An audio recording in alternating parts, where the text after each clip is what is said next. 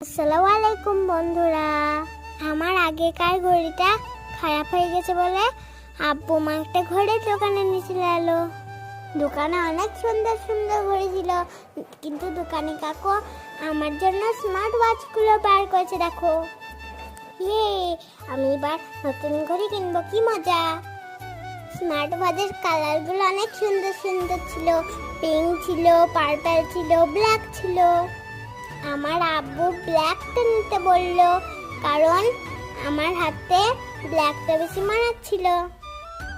আমার হাতে ঘড়িটা অনেক হালকা লাগছিল, তাই দোকানি কাকু অনেক টাইট করে দিল। ঘড়িটা এবার আমার হাতে হয়ে গেছে, আর ঢিলা হচ্ছে না। আমার ঘড়িটা কেমন হয়েছে কমেন্ট করে জানাও। ঘড়ি কেনার পরে জিলাপি খেয়ে বাড়ি চলে এলাম। আল্লাহ হাফেজ।